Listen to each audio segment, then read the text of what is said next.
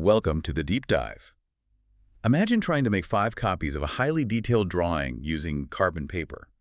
By the time you get to the bottom sheet, the image is just, a faded, blurry mess. Yeah, a total blur. Right. And that is exactly what happens if you try to take a single digital video signal and just passively split the cable to feed multiple screens. The voltage drops, the data gets lost, and the image just falls apart. Oh, absolutely, because you are taking a finite electrical current and, well, forcing it down multiple paths. Which doesn't really work. No, not at all. I mean, in the old analog days, you might have just ended up with a fuzzy picture on your TV. But with digital signals, if the voltage drops too low, the data stream breaks and the screen just goes completely black. And that brings us to our mission today. We are looking at a specific solution from our sources, the Avenview SPLIT-DVI-5 distribution amplifier. A very specific piece of hardware. Yeah, and we want to unpack how this thing takes one video source and perfectly clones it to 5 screens at the exact same time without losing a single pixel of quality, like a flawless visual megaphone. Well, the secret here is that this device isn't just splitting a wire. It is an active amplifier. So instead of your carbon paper analogy, think of this device as 5 incredibly fast, perfect scribes. Quick scribe, I like that. Yeah, it takes the incoming DVI-D digital signal, reads the precise ones and zeros, and perfectly regenerates 5 brand new full-strength electrical signals. So it doesn't divide the original. Exactly, rebuilds it. Okay, let's unpack the alphabet soup a bit, though. Yeah. The specs say it handles resolutions up to WXGA and 1080i, plus it's HDCP 1.1 compliant. Right. For anyone tuning in who isn't, like a professional AV installer, what are we actually pushing through this box? Fair question. So WXGA just means it can handle high-end PC monitor resolutions, specifically 1920 by 1200 pixel. Got it. And the 1080i? That covers your standard high-definition broadcast television formats. But the HDCP 1.1 compliance is arguably the most critical part here. Why is that?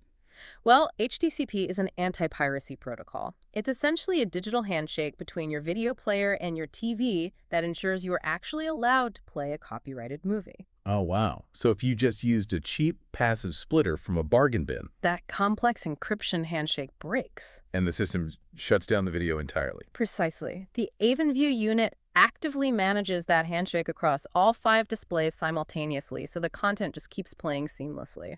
I do have a practical hang-up here, though. I mean, DVI is a rock-solid connection, but almost everything you buy today uses HDMI. Yeah, that's true. If I'm setting up a modern system, am I just completely locked out of using this hardware? Actually, what's fascinating here is how interchangeable these formats actually are at their core. Wait, really? Yeah, DVI and HDMI use the exact same underlying digital video signaling, so you can easily run an HDMI source into this unit just by snapping on a simple adapter.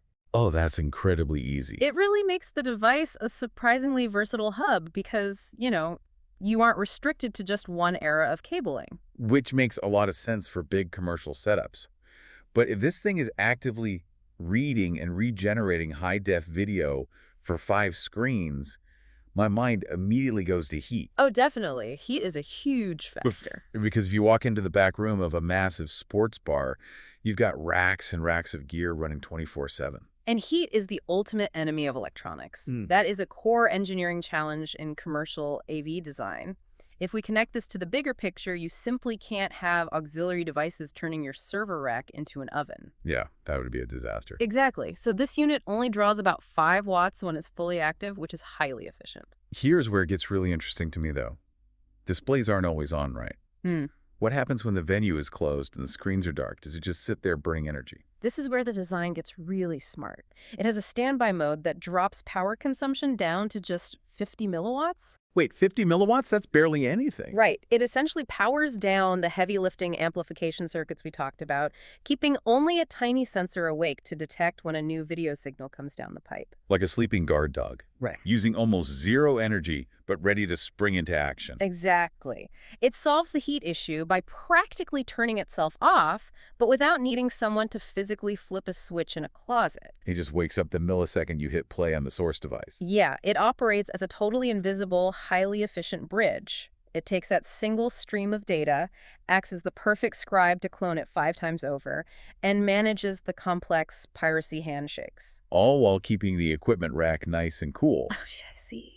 So knowing that you can instantly and flawlessly duplicate a digital signal to 5 identical endpoints like this. It opens up a lot of possibilities. It really does. How might that change the way you would design the flow of information in your own workspace or home? That is a great question to leave on. Yep. If you had a flawless system to broadcast your digital life perfectly, where exactly would you point the screen?